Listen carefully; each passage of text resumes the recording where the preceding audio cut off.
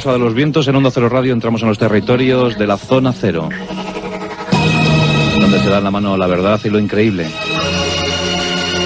Hoy tenemos un invitado de excepción, Manuel Carballal, criminólogo, teólogo, investigador durante muchos años. Siempre recuerdo los buenos programas que Manuel nos ofreció en la etapa de turno de noche. Pues con Manuel vamos a hablar de un asunto muy interesante, apasionante diría yo. Antes también se lo comentaba nuestro colaborador Fernando Rueda y hablábamos de esos videntes al servicio de la ley. El CSIC los ha utilizado en alguna ocasión, también la Policía Nacional, hablamos de la CIA, hablamos del Ejército. Ya Bruno nos puso sobre la pista ayer en nuestro boletín de noticias. Y yo creo que la noche va a ser muy jugosa, así que os propongo una escucha con mucho cariño, una escucha con mucha intención, porque vamos aquí a desvelar muchas cuestiones y vamos a contar casos muy famosos donde los videntes han intervenido de forma decisiva para resolver cuestiones. Bruno Cardeñosa, buenas noches. Muy buenas noches, Juan Antonio, ¿qué tal? Pues ayer ya nos ponía los dientes largos como siempre y yo creo que la noche promete. ¿Qué te parece? Me parece además un tema que continuamente va a estar de actualidad a medida que surjan casos criminológicamente importantes, porque una vez y otra también en casos de secuestros, en casos de desapariciones, los videntes, tanto voluntariamente como por solicitud de los cuerpos y fuerzas de seguridad del Estado, intervienen casi siempre sin éxito, pero en algunas ocasiones y muy significativas, Manuel las conoce, con verdadero tino. Y eso es cuanto menos suficiente como para plantearnos la posibilidad de que haya personas capaces de viajar con su mente a través del espacio, a través del tiempo y poder colaborar con estos cuerpos y fuerzas de seguridad del Estado en la resolución de algunos casos que por los medios tradicionales parecen complicados. Y seguro, Carlos Canales, buenas noches de nuevo. Hola, buenas noches. Que muchos oyentes, pues que no están pendientes de los programas especializados o de las revistas especializadas, dirán, pero ¿cómo es posible que la policía, cómo es posible que el CSIC, cómo es posible que la CIA o el Ejército norteamericano pues eche mano de los videntes para algunas cuestiones? Pues yo me imagino, y es una de las preguntas que tenía pensadas para Manuel, que es porque funciona, porque si no, yo no lo haría. Si yo entiendo que algo habrán visto, o por lo menos creerán que les puede ayudar de alguna manera, me imagino. Porque aquí al parecer todo el mundo les utiliza, ¿no? Parece que sí, porque fíjate lo que has citado tú ya. Has citado a investigadores, a policías, a servicios secretos, a militares. Pues sí, hay cola, desde luego. ¿Este dato es así, Manuel? Sí, pero bueno, habría que matizar. Lo de que funcionan es relativo. Funcionan, pero ¿para qué? Esa era mi pregunta. Claro, ¿funcionan? pero ¿para qué funcionan? Y yo, desde luego, trazaría una frontera muy definida entre lo que es la aplicación policial de los videntes, que es muy subjetiva y muy cuestionable, y otra cosa es la utilización que pueden hacer los servicios de inteligencia, los servicios de información de los videntes. Porque la utilización que se ha hecho por parte de servicios secretos como la CIA, el Mossad, como el servicio secreto de Castro, que yo es uno de los que más he estudiado, o como el CSIC, sin ir más lejos, en algunas ocasiones ha sido bien para que faciliten información con esos supuestos poderes, esas supuestas facultades paranormales, o bien, y esto es lo más pragmático, para utilizarlos como agentes de intoxicación. Porque los políticos, al igual que los delincuentes, en otro sentido, suelen ser muy supersticiosos. Quizá no sea la única cosa en común que tengan. Pero bueno, el caso es que los políticos suelen ser muy supersticiosos y hay muchos políticos que acuden a videntes, que acuden a tarotistas, a adivinos, para intentar saber qué van a sacar en las próximas elecciones y pueden hacer un trabajito de magia para apoyarles en sus campañas, y en algunas ocasiones, CSIC incluido, se han utilizado a videntes como agentes de intoxicación, o bien para facilitar a un determinado político o un determinado militar extranjero información que les interesaba que fuese creída por ese personaje, o bien para sacarles información íntima con la que posteriormente pudiesen chantajearlos. A ver, Manuel, una cosa, porque claro, todos hemos conocido videntes, cientos de videntes a lo largo de nuestra trayectoria profesional, y claro, cada vidente te dice, ¿verdad, Bruno? Yo soy el mejor o yo soy la mejor.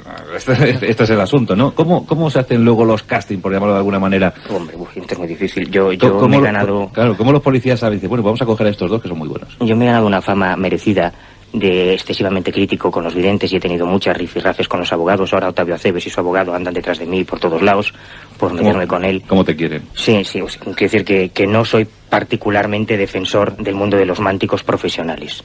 Lo que ocurre es que en algunas ocasiones, por un lado está, como antes mencionaba Bruno, los casos, que son el 99%, en que es el vidente el que acude a una comisaría de policía, mayormente cuando se ha producido un caso famoso de desaparición o de secuestro.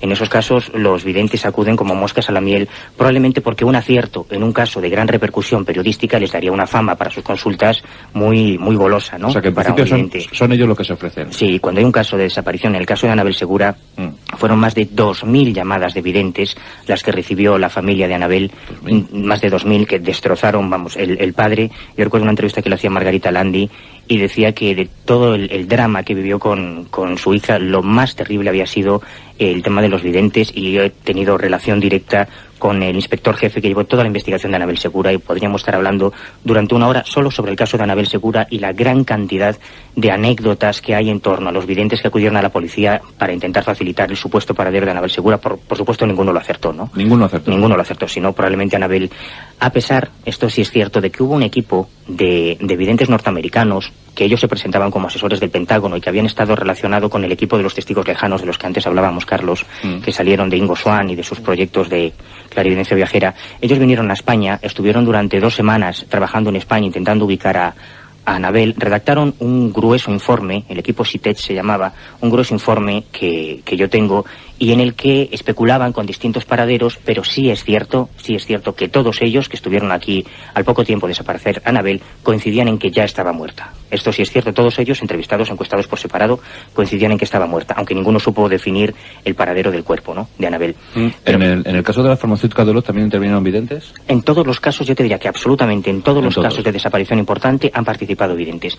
Pero una cosa es, y creo que es importante delimitarlo muy bien, cuándo son los videntes los que acuden a la policía, y otra cosa, cuando excepcionalmente y siempre de forma extraoficial, cuando un investigador, cuando un policía, cuando un inspector de homicidios, por ejemplo, se encuentra con que todas las pistas, a través de la criminalística o a través de la dactiloscopia o a través de las técnicas de investigación policial básicas, se han acabado. Cuando ya no hay más pistas, puede permitirse, y me parece muy lícito, pero solo cuando ya no hay más herramientas policiales de investigación, acudir a un vidente sobre el que tiene buenas referencias o que le llega recomendado por otros compañeros para, bueno, pues al fin y al cabo es un funcionario que tiene que seguir trabajando X horas al día, pues intentar explotar otras perspectivas de investigación, ¿no? Y en algunos casos, excepcionalmente, resulta que el vidente sí ha atinado más o menos en su pronóstico, pero desde luego me parecería casi inmoral que un policía antepusiese la opinión de un vidente a las técnicas de investigación policial clásicas. Me parece muy acertado lo que estás comentando. Está bien que se utilicen todos los mecanismos posibles para resolver un caso, ¿verdad?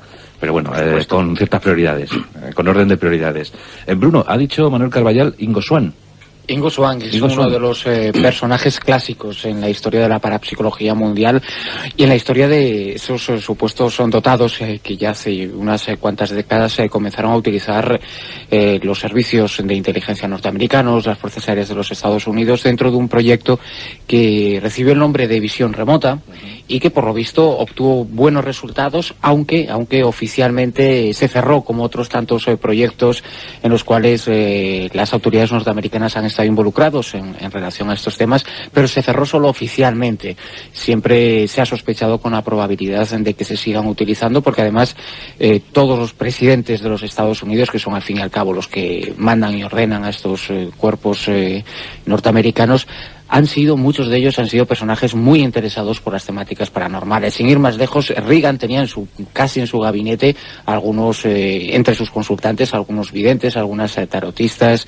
Clinton es un apasionado, y esto es muy desconocido, por ejemplo, del fenómeno OVNI, como lo fue Nixon en su momento como testigo de un avistamiento. Por lo tanto, si ese interés existe ya en la cúpula, por supuesto lo van a extrapolar a los diferentes cuerpos y fuerzas de cada uno de esos países, y la USAF, la CIA, el Consejo de Seguridad Nacional lo han utilizado en diversas ocasiones con fines, en ocasiones, Manuel, muy ambiciosos, encaminados directamente hacia el espionaje psíquico,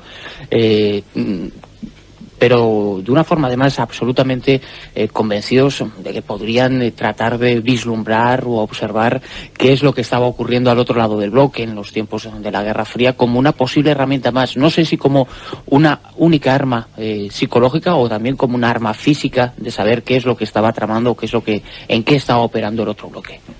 A ver, Manuel. Sí, incluso intentar interferir, utilizarlos como arma de agresión.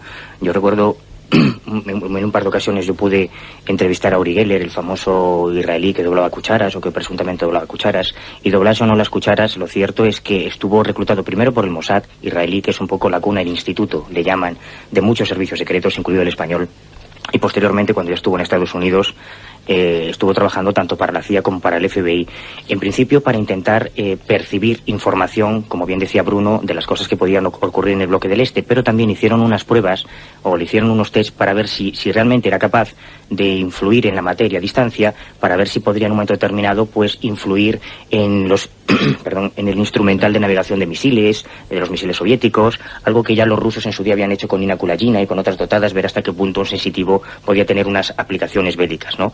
Pero bueno, sin irnos tan lejos, en España el CSIC ha realizado algunas pruebas con algunos videntes y con algunos sensitivos madrileños para ver si podían influir, no ya que son dos temas distintos, percibir información de un determinado militar extranjero, sino ver si podría influir a distancia e incluso introducirle determinada información.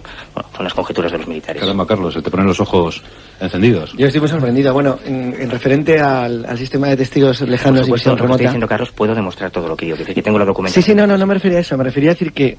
Yo vuelvo a lo del principio, es decir, cuando alguien usa algo es porque cree que puede funcionar.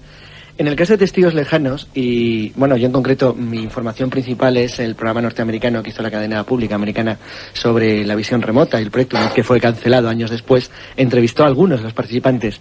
Entonces, bueno, aparte de que las entrevistas a los participantes para mí no eran significativas, porque claro, ya eran conocidos y públicos, y algunos trabajaban como videntes, y por lo tanto era una buena publicidad el decir que sí que funcionaba, la verdad es que hubo una cosa que me interesó muchísimo, y era el que yo creo que fue filtrado a propósito al bloque contrario, el que Estados Unidos trabajaba con elementos de testigos de visión remota. Porque claro, que un bando en una guerra como la que había, fría, pero una guerra que puede ser caliente en cualquier momento, creyese que el otro tenía gente que era capaz de conocer sus sistemas de armamento o sus posiciones navales, por ejemplo, de los proyectos que habló uno de los testigos con mucha claridad, es que les habían encargado en localizar los movimientos de submarinos en la base de Murmansk, en el Mar Blanco. Entonces, bueno, aunque no funcionara, el que el otro crea que te funciona es para asustar a cualquiera. Entonces, quiere decir que puede haber una gran parte de publicidad en el tema de visión remota. En realidad, el programa americano empezó cuando se filtró la información de que eran los rusos los que estaban utilizando a sensitivos. Efectivamente, sí. Le han citado además un caso muy conocido. O sea, que los rusos también tienen su equipito. Sí, además, y mucho antes. De esa hay filmaciones, ¿no? De esa mujer en concreto, de Kulayina, ¿no? No hace mucho una cadena americana sacó un documental fascinante sobre la vida de Nina Kulayina, incluyendo incluso filmaciones domésticas que había hecho el novio de Nina Kulayina en su casa cuando era una adolescente. Sí, era telequinésica además ella, ¿no? Era capaz de mover objetos, telequinésica muy concreta, sí. Pero el caso es que, fuese telequinésica o no, lo cierto es que esas investigaciones en Moscú existían en los años 50, la parapsicología, salvo los experimentos de la Universidad de Duke, no entra en la Universidad Americana hasta el 69, y cuando llegaban esos rumores de que en Moscú había unos sensitivos con grandes poderes que estaban trabajando con los militares, es cuando se empezó a buscar sensitivos también en Estados Unidos para hacerles un poco la contra. La verdad es que cuando hablamos de visión remota, pues uno siempre se acuerda del famoso experimento que se hizo en el submarino Polaris, ¿no? Ajá. Lo de las cartas, saber formas, averiguar formas geométricas, eso se sabe, se constató. Lo que pasa es que, no sé, sospecho, Manuel, que si le preguntas a la CIA o le preguntas al FBI o al ejército norteamericano sobre estos videntes, te van a decir, no, esto nosotros no. Bueno, yo he preguntado al CSIC y me han dicho, por supuesto, que no, y yo puedo demostrar que sí. Pero bueno, normalmente es que claro. No es un servicio secreto. Evidentemente. No hay contándolo por ahí. Pero has mencionado un dato muy interesante, que es el de las creencias que pueda tener la gente en los poderes. Claro. De que esto es una cosa es que esas facultades existan, yo no lo sé, y otra cosa es que la creencia, el mito sí existe y por lo tanto puede ser utilizado. ¿Te puedo hacer una pregunta? Una pregunta personal. Es decir, yo te puedo contestar lo que quieras. Claro, bueno, una pregunta personal, Carlos, a ver hasta qué punto. Mientras no sean medidas, todo bien. Si, por muy frío, por muy tranquilo que seas, si tú tienes una actividad normal y te enteras de que alguien te ha colocado a un vidente o un psíquico para alterarte tu vida o tu existencia, yo creo que eso pone nervioso a cualquiera. Entonces, quiere decir que el poder psicológico de creer en los poderes psíquicos o mentales de otros también influye. Entonces, para un servicio secreto eso es muy importante. Incluso para la policía. Y para la policía, hay un par claro de casos. Yo nunca sé si a Peter Hurkos, por ejemplo, esto que se le llamaba el hombre del cerebro radar, la policía lo empezó a utilizar porque realmente tenían fe en sus capacidades o porque hay anécdotas muy interesantes. Peter Hurkos, por ejemplo, fue reclutado por Scotland Yard. Él empezó trabajando en Alemania, pero fue trabajado por la policía británica cuando se robó la joya de la corona, una joya que hay en la bahía de Westminster, y que desapareció extrañamente, y salió en toda la prensa que Scotland Yard había acudido al más importante sensitivo y vidente del mundo para que colaborase, y terminaron entregando la joya a los delincuentes ante el terror de ser identificados, ¿no? Y hay un caso todavía mucho más fascinante, estaba recordándolo cuando Juan Antonio hablaba del caso del Nautilus, porque otro experimento militar, entre comillas, importante con la telepatía fue el que realizó Edgar Mitchell durante una de las misiones la NASA desde su cápsula espacial, enviando un supuesto mensaje telepático a 3 dotados americanos. Uno de ellos era Olof Jolson, otro sensitivo muy importante, que estuvo relacionado con algunos casos, que es otro tema fascinante, de asesinos en serie, que es quizá el aspecto más terrible con el que se puede enfrentar un policía. Y él participó en su país natal, antes de irse a Estados Unidos, en un caso de una serie de asesinatos en serie, en que cuando fue reclutado por la policía y comenzó a trabajar en el crimen, según su biógrafo, según la biografía que está publicada en España, el asesino, que resultaba ser un funcionario de la policía, terminó suicidándose ante el terror de ser identificado por el sensitivo, ¿no? O sea que esa creencia también puede tener una aplicación policial. ¿Hubo videntes en el caso del estrangulador de Boston, Manuel? Hubo varios, pero quizá el más interesante es Peter Hurkos, porque Peter Hurkos ya tenía una biografía importante de colaboraciones con la policía de distintos países, y cuando ya llevaba oficialmente a Albert DeSalvo, que es al que se atribuyen los crímenes de Boston, pues cuando llevaba 11 crímenes es cuando se reclutó a este personaje. Y sí es cierto, esto coincide en todos los policías que estuvieron implicados, que cuando se le sometió a una serie de test para ver hasta qué punto este hombre en aquella época tenía su consulta, digamos, salvando las distancias, que era un poco el Rappel de Hollywood, porque él tenía su consulta allí en Hollywood y trabajaba, era asesor esotérico, digamos, de varios directores de cine y varios actores muy famosos, y a través de ahí llegó al fiscal de Boston, que fue el que lo puso en contacto con el grupo de policía que llevaba la investigación del estrangulador. Llevaban ya 11 crímenes y a él le entregaron unas medias con las que el asesino, con un doble nudo muy característico, cometía los estrangulamientos, fotografías de las víctimas, más de 200 o 300 fotografías del lugar de los hechos y demás, colocadas boca abajo, para que hiciese un test. Y concretamente en un grupo de fotografías, él comenzó a describir lo que había en la imagen, pero por la parte de atrás de la fotografía, y en una determinada se paró diciendo que esa fotografía no pertenecía a esos crímenes, sino que se la habían colocado ahí un poco para probarle, ¿no? Ante lo cual, con gran pudor, el inspector jefe que llevaba la investigación reconoció que efectivamente era un test, y ante eso creyeron ciegamente en sus indicaciones, lo cual tampoco sé hasta qué punto es prudente, porque él se sometía a unas sesiones diarias de unas 2 o 3 horas en que él se encerraba con esas fotografías, incluso pasaba la noche con los pañuelos para impregnarse en las supuestas vibraciones que pudiesen emanar esos objetos, y por las mañanas se montaba en un coche y recorría las calles de Boston intentando localizar telepáticamente al estrangulador.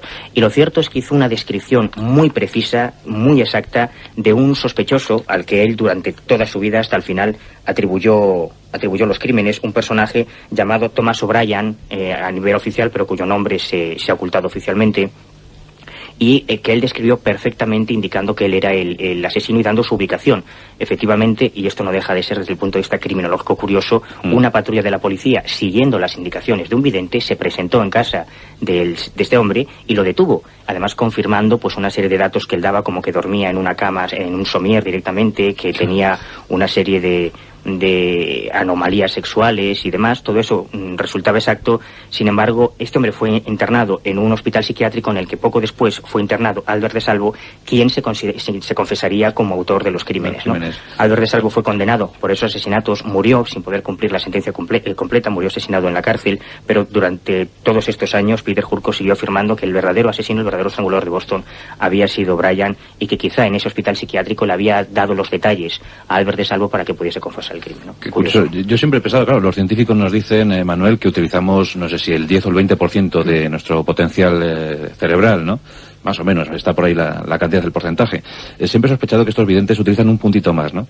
A lo mejor es que rentabiliza mejor el esfuerzo cerebral. Claro, realmente es que no lo sabemos. La verdad es que cada neurocientífico, unos dicen el 10, otros el 15, otros el 20, otros el 30. Es difícil establecer un porcentaje de un total que no conocemos. Pero estas personas deben estar un puntito por encima, ¿no? Probablemente sí, por lo menos los que aciertan. Los otros lo que utilizan un poco más es el rostro, ¿no? El rostro, ¿no? Hablando de la visión remota, la imagen que tenemos típica del vidente o del sensitivo que se dedica a estos asuntos, pues es la utilización de una foto obtenida por un avión espía, por un U-2 o algo así. Coge esa foto que obedece o responde a una base militar del enemigo, y con esa foto empieza a trabajar, ¿no? Es más o menos el método. Eso es lo que hacían los videntes de los militares, entre comillas, es decir, de los equipos que trabajaron con Ingo Swann en el programa de visión remota, y posteriormente, cuando Ingo Swann dejó el programa, siguieron trabajando hasta hace muy pocos años, en que la CIA en las últimas partidas presupuestarias contemplaba una suma bastante generosa para un taller, entre comillas, de parapsicología que existía al servicio de la CIA y del FBI, que durante todos estos años, hablamos de lustros, han estado cobrando de los fondos del Estado americano, lo cual no deja de ser un detalle digno de tener en cuenta, ¿no? Supongo yo que algún resultado práctico les darían. Sí. ¿Sabes qué pasa? Que cuando tú quieres, una cosa es lo que lees en los libros y otra cosa es cuando tú intentas reproducir eso aquí en España, por ejemplo. Yo en algunos casos de desapariciones famosas he cogido a varios sensitivos con distintas especialidades, pues a un astrólogo, a un radiestesista, a un cartomante, a un tarotista, a un numerólogo, en fin, a distintos videntes. Con un caso concreto les he entregado el mismo dossier de información sobre ese desaparecido, intentando que cada uno por separado estableciese el paradero de esa persona, y desgraciadamente, al menos en mi experiencia personal, no he podido encontrar. Normalmente cada uno dice una cosa distinta, normalmente contradictorias, y no, al menos yo no he podido encontrar por una aplicación práctica. No hay unificación de criterios, ¿no? Pero me consta que sí, por ejemplo con Uri Geller, yo sí tuve un par de experiencias curiosas, pude realizar algunos experimentos con él, y la verdad es que en ese sentido de la telepatía y esas cosas, sí me sorprendió. Si los resultados que tuvo conmigo los pudo tener con algún oficial de la CIA o del FBI, es más que comprensible que se hubiese desembolsado un dinero para seguir intentando explotar esas supuestas capacidades. Pero lo cierto, Manuel, es que sí que hay casos aquí en España, y que tú conoces bien, en donde parece que la actuación de los videntes ha sido por lo menos la correcta. Me está viniendo ahora a la mente la figura de un parapsicólogo español muy conocido, que es el padre Pilón, que utilizando la radiestesia... Claro, y no sé si él estará muy de acuerdo con esa determinación de vidente, ¿no? No, por eso le gustaría más. Claro. Uno de los parapsicólogos españoles, porque él sobre todo es un investigador de todos estos fenómenos, pero utilizando la radiestesia, el péndulo, hace ya 22 años, 23 años, durante uno de los secuestros más importantes de ETA, él recorrió algunos montes vascos en compañía de una veintena de Hablamos policías. del caso de Revilla, de Emiliano Revilla, ¿no? Emiliano Revilla fue otro de las personas en las cuales intervinieron videntes, pero no, que hablamos de Ibarra. Ah, de Ibarra. De Ibarra, y aunque finalmente el caso, quiero recordar, tuvo un desenlace dramático, pero quien más cerca estuvo, y por encima de los cuerpos y fuerzas de seguridad del Estado, de dar con el paradero de Ibarra, fue el padre Pilón, que utilizaba eso que has dicho tú, Manuel, ¿no? Impregnarse en cosas relacionadas con la vida y el uso cotidiano de esta persona. Y Pilón creo que en alguna ocasión ha contado cómo la sensación en el momento en el que se supone que ocurrió la muerte, la sensación que él recibió en ese momento, después, justo en los mismos días, en los mismos momentos en que parecía que estaba acercándose al objetivo. Sí, porque de hecho él se trasladó hasta el País Vasco, estuvo viviendo en casa de la familia de Ibarra y durmiendo en su cama, en su misma cama. Y no fue el único, el marqués Diego de Araciel, Marichu, la bruja buena Dulía, también estuvo trabajando en este caso. Lo que ocurre es que en este caso concreto, yo creo que en toda la historia policial española se ha dado una estampa única, porque yo no creo que vuelva a repetirse que un grupo de guardias civiles, una veintena de policías nacionales, un capitán de la Guardia Civil, inspectores de policía, vayan siguiendo al padre Pilón con un péndulo, vidente, ¿no? Con un tarot, claro. ¿Qué es lo que pasó en este caso? En este caso el padre Pilón comandaba o toda una dotación policial que iba por los montes de Euskadi arriba y abajo siguiendo las indicaciones del péndulo, lo que no deja de ser una imagen Pero curiosa. también hay otros casos, un asesinato en Zaragoza de una joven, en la cual ahí la intervención de una vidente, que recordar, a través de un programa de radio, además, sobre todo nació por ahí, pues se demostró absolutamente veraz o atinada, por casualidad o no, pero lo cierto es que fue capaz de averiguar qué es lo que había pasado con esa persona y cómo había ocurrido en este caso los hechos. Yo creo que hay más elementos importantes. Más elementos. En la zona cero, en la Rosa de los Vientos, estamos hablando de estos videntes, de estos sensitivos. ¿Será mejor la denominación sensitivos, Manuel? Yo creo que ellos se sentirán más cómodos. Más cómodos. Al menos algunos de ellos. Estos sensitivos al servicio de la ley. Pero cuéntanos, cuenta a los oyentes, Manuel, ¿qué condiciones necesitan estos sensitivos para poder trabajar a gusto? Hombre, el mundo de los sensitivos, el mundo de los mánticos es extremadamente variado, ¿no? En principio dependerá de la disciplina que cada uno de ellos utilicen. Independientemente de que usen las cartas, o usen el péndulo, o usen la bola de cristal, casi todos ellos piden, cuando se les reclama para una investigación de este tipo, objetos personales o incluso visitar el lugar de los hechos. Y hay algunos, Gerard Corisset, que posiblemente ha sido el detective psíquico más famoso de la historia, la verdad es que lo pasaba muy mal cuando se trataba de un caso de asesinato, porque aparentemente él se involucraba emocionalmente en los sucesos que se habían producido cuando llegaba a la escena del crimen, pues de una forma muy importante, ¿no? Y lo pasaba bastante mal, pero casi todos los sensitivos tienen este punto de partida, pues intentar involucrarse Es que hay palabras que a mí me producen un poco de incómodo, Sí, vibracionalmente, no sé Claro, si vibracionalmente, cierto pero bueno, captar la vibración. Lo cierto es que en el caso de Croiset, que es, como dice Manuel, quizá el ejemplo por autonomasia de los videntes y de los psíquicos que han colaborado con las autoridades, ahí también existe el componente emocional. Parece ser que parte de los poderes, o él por lo menos lo asocia, de Croiset, nacen a partir de una experiencia personal. Siendo niño estuvo a punto de ahogarse, y precisamente los casos en los que posteriormente tuvo mejores resultados fueron aquellos casos en donde las víctimas habían estado relacionados pues con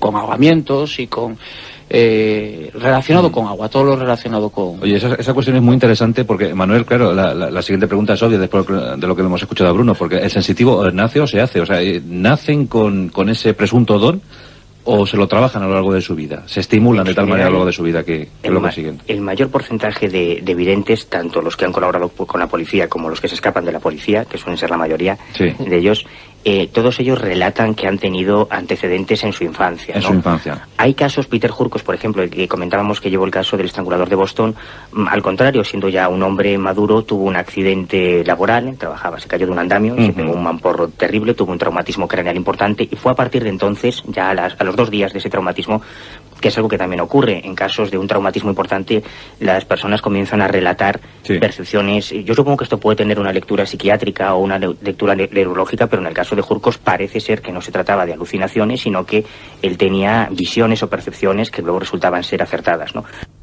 A mí es un tema que particularmente me fascina, el de las experiencias psíquicas o las experiencias paranormales de los niños, ¿no? Casi todos los niños han tenido sus visiones, sus amigos invisibles, esto Carlos sabe más que yo. Iba a decir que no lo hemos mirado. Bueno, afortunadamente no todos terminan de videntes cuando son adultos. Menos mal. Parece que los 7 años es la frontera, ¿no, Carlos? Más o menos. Bueno, sabes que en mi caso, como investigación del folclore... ¿Tú también tenías visiones de niño? Yo no, curiosamente, pero mi hermano sí. Sí, yo no, pero yo debo ser muy racional, es algo terrible. Pero mi hermano tenía un amigo invisible con el que jugaba y eso. Entonces, bueno, la verdad es que es curioso, porque eso sí que lo hemos mirado mucho, porque cuando Jesús y yo escribimos Duendes, pusimos un apartado de correos para que la gente nos escribiera las experiencias psíquicas, las experiencias que tenían con el mundo de los duendes, de manera general. Sí. Valía todo, fantasmas, cualquier cosa. Y entre las centenares ya de cartas que hemos recibido, hay muchísimas, una mayoría prácticamente absoluta, que son... relatados por sus padres, experiencias de niños. Los niños, eso es clarísimo, y cualquiera que conviva con ellos lo nota, tienen una capacidad una sensibilidad mucho más despierta que los adultos. Quizás es que al tú ir creciendo vas perdiendo la capacidad de controlar el entorno de la forma que lo hace un niño. Me estoy acordando que en la película, una de las películas inglesas sobre la historia de las hadas de Cottingley, las dos niñas, Frances y su prima, están hablando referente a qué pasa cuando ellas ven hadas o no ven hadas. Entonces una de ellas le dice: te estás haciendo mayor. Dice: ¿cómo lo sabes? Dice: porque estás empezando a pensar en los demás. Es decir, los niños tienen un mundo interior absolutamente individual, es decir, que viven para ellos mismos, pero eso al mismo tiempo les permite relacionarse con el entorno para absorberlo. Pues aprenden a hablar, a leer con mucha facilidad. Aprender idiomas es mucho más fácil por debajo de los 6 años que por encima. Entonces eso efectivamente se va perdiendo con la relación social. Se va perdiendo cuando tú te integras en el mundo real. Es decir, y al integrarte en el mundo real pierdes el otro mundo. Lo que decías de los psíquicos es verdad. Es decir, en lo que yo he podido ver luego de la gente que dice o mantiene que sigue teniendo contactos, vamos a llamar, con el mundo astral, cuando es mayor... lo tenían poderosamente todos de niños. Eso siempre es así. Es como si no se te cerrara una puertecita y la mantuvieras toda tu vida. Yo soy muy escéptico con el caso de los videntes, pero con el caso de los videntes siempre. Es decir, yo creo que la gente tiene visiones. Además, lo creo de verdad. Es decir, creo que se puede tener. Que cualquiera, en principio, puede tener una visión o puede tener una percepción extrasensorial en un momento dado. Y que hay gente que está más dotada que otras. Eso es cierto. Pero lo que me cuesta mucho creer, que es así, es que alguien lo pueda hacer de manera cuasi profesional. Todos los días, a todas las horas, yo me levanto y adivino el futuro. Mira, ni de coña. O sea, así de claro. Ajá. Por eso lo que tú has dicho es muy interesante. Es decir, claro que, por supuesto, algún psíquico habrá solucionado algún problema de algún secuestro. Pero has dicho algo mucho peor, que es que llamaron 2.000 para el de Anabel Segura, produciendo un problema encima de la familia terrible. Y de esos 2.000 no dieron ni una. Es decir, ni uno. Además, ni de casualidad. Entonces, quiero decir, que hay que tener cuidado con estas cosas. Sí. Yo supongo que cuando los americanos tenían un equipo que pagaban, además, es decir, grande, era porque confiaban que de vez en cuando alguno tuviera una percepción que le resultara útil. Además, lo que yo recuerdo del proyecto americano militar de visión remota eran proyectos que marcaban a largo plazo. Pues vamos a seguir submarinos en el Atlántico Norte. Y tiempo, a ver qué cogían. Sí, pero claro, no puedes tener un señor fichando a las 8 en el Pentágono para indicarte la posición de los submarinos rusos junto a Groenlandia. Es decir, tendrán que tener una especie de campo abierto de trabajo, que es lo que yo creo que hacían. Es decir, perciban ustedes información sobre esto, trabajen sobre estas imágenes, estos datos, y a ver qué sale. Y así probablemente se obtuvieron algo interesante de vez en cuando, porque sí que es verdad que hay gente que está dotada para ello, pero desde luego no las 24 horas del día. Y por cierto, Manuel, no hemos hablado de los mediums, aquellos que dicen que un espíritu toma posesión de su cuerpo y se transmuta la voz y todo eso. ¿De eso también tenemos algún caso? Claro, en realidad esta sería otra variante, porque también eso lo usaron más los ingleses, que tienen una tradición espiritista mucho más notable, quizá que los americanos o que los españoles, por ejemplo, ¿no? Tanto los ingleses como los franceses, hablo de militares, por supuesto, y de policía, en algunos casos sí han acudido a mediums, y hay algunos casos, incluso hay alguna sentencia judicial, no en Inglaterra, recuerdo una en la India, en que un tribunal ha aceptado como testimonio en un juicio la supuesta participación de la víctima de un asesinato a través de un medium, lo que no deja de ser, pues para quedarse perplejo, ¿no? Pero sí, existe una casuística menos numerosa que la de los videntes, porque los mediums también son personajes mucho más escasos, en que en estos casos no se trata ya de que el vidente haga una investigación psíquica, sino que si es un caso de asesinato, por ejemplo, se supone que el medium ha conseguido contactar o ha incorporado el espíritu de la víctima y a través de ella pues ha obtenido esa información. Lo que ocurre es que en estos casos los aciertos son todavía muchos menos escasos quizá que en otro tipo de aplicaciones.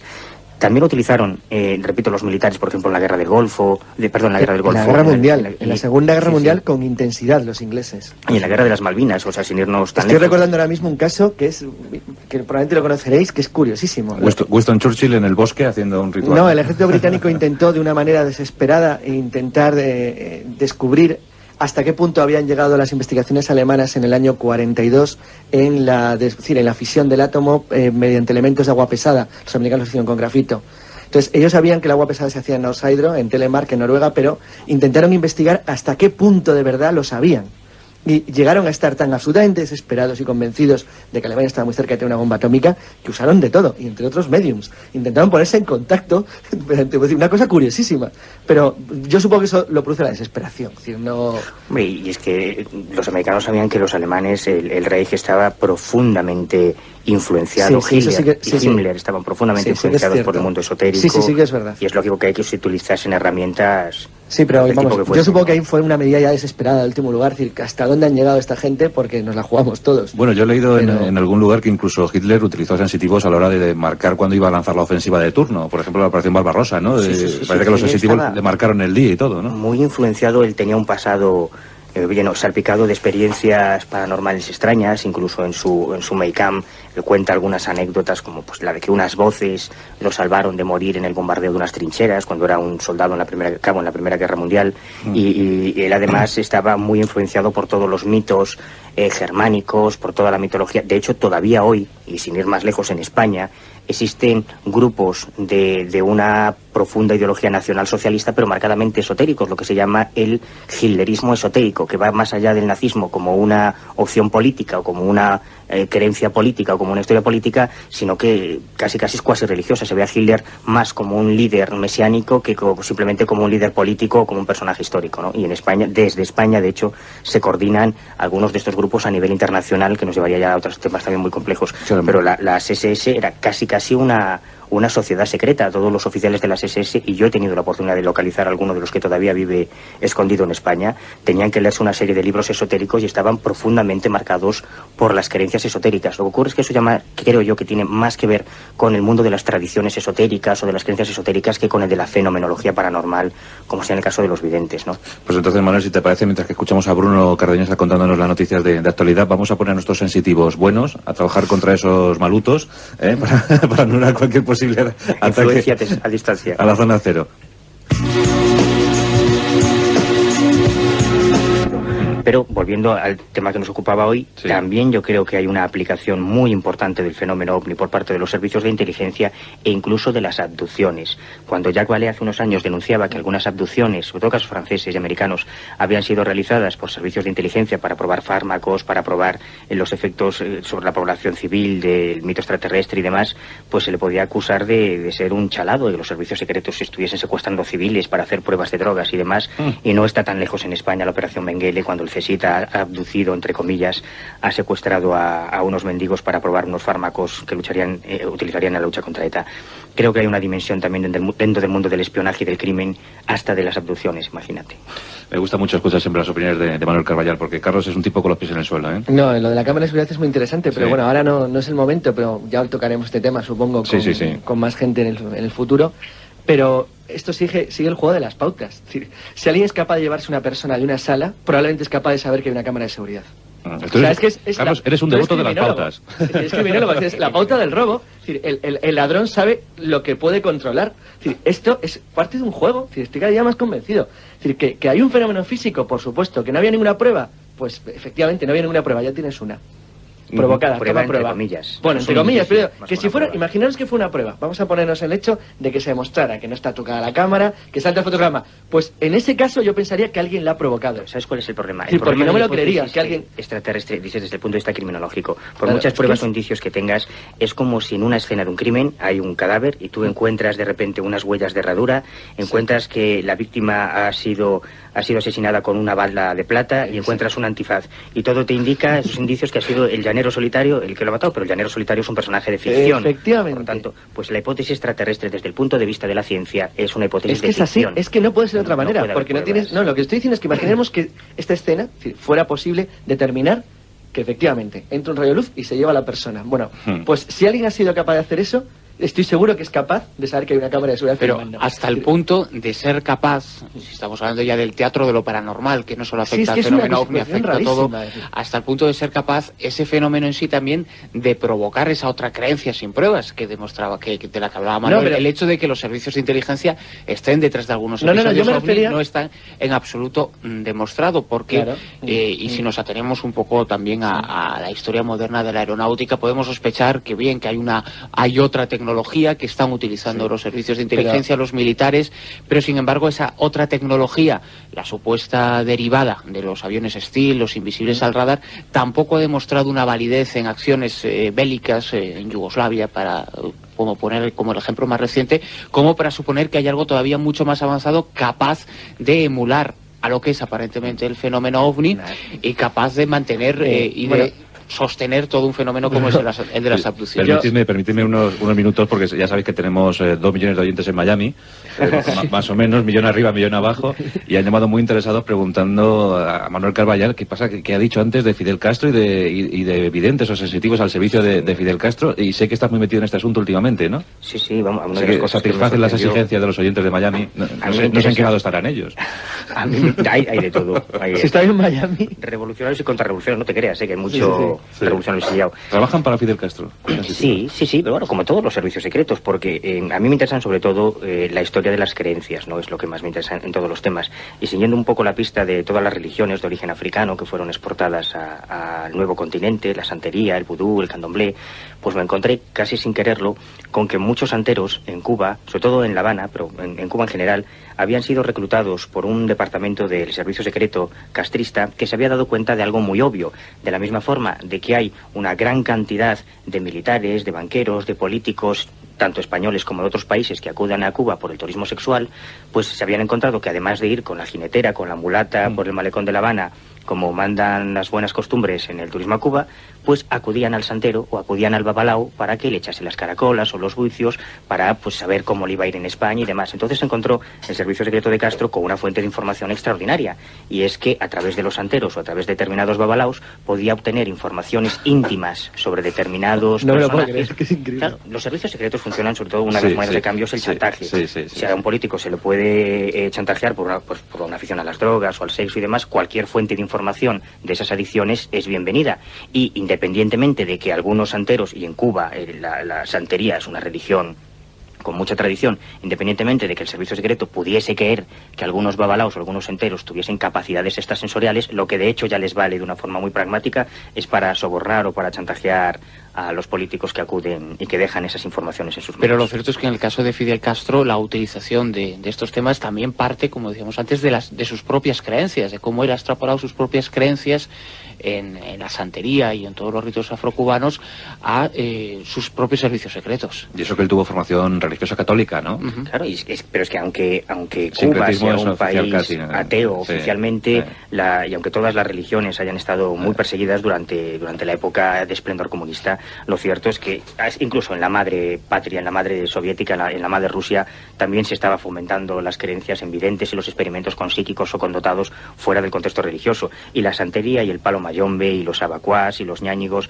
han existido siempre, y la brujería y la santería afrocubana ha existido siempre, antes y después de la revolución. Fíjate, Carlos, tú que fuiste barbudo en el 59, sí, con Fidel Castro, ¿qué te iba a decir a ti? No, la verdad es que me deja sorprendido, porque por un lado estaba pensando en que se oye mucho decir que son muchos los políticos y los hombres negocios que consultan a videntes, que van a que les echen las cartas, o a que una señora con una bola de cristal les diga el futuro, y a mí es que me sigue costando mucho creerlo que sean muchos. No, hijo, porque me parece pues créetelo, Y hay una estadística que se podría hacer que yo creo que resultaría muy... No, sería aterradora, mejor no la hagas, porque aterrador y mala para los propios videntes, porque muchos personajes políticos o importantes banqueros de este país que han sido muy aficionados a los videntes, a los tarotistas, pues no han tenido un futuro ni político ni empresarial verdaderamente halagüeño, con lo cual no han sido bien asesorados desde el más allá. No, lo que pasa es que es problemático efectivamente, porque es una debilidad.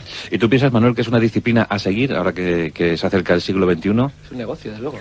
Hombre, a mí hay una cuestión que es lo que más me interesa del mundo de los videntes. Hay algunos casos, muy poquitos, yo me he encontrado algunos casos en que un vidente, yo no sé si por suerte, por chiripa, por casualidad, lo cierto es que ha atinado en un diagnóstico de un crimen, de un asesinato, una desaparición, donde la policía había fracasado por los medios convencionales.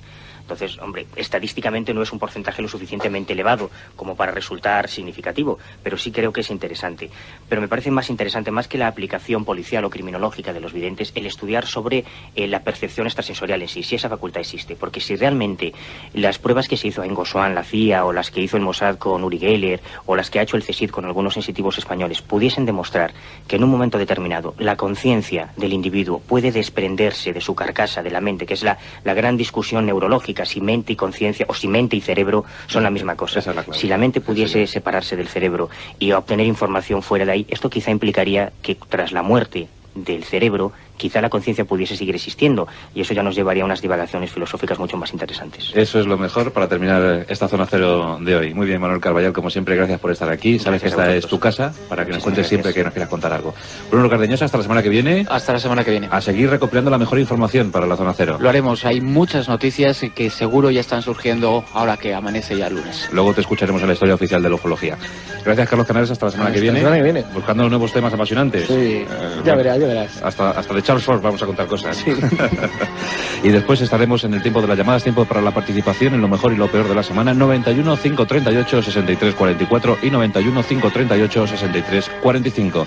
La Rosa de los Vientos, Onda Cero Radio, hasta las 6 en punto, 5 en Canarias. Ahora es tiempo para la información. Nos ponemos al tanto de la actualidad aquí y allí. Tell me true, tell me why was Jesus crucified?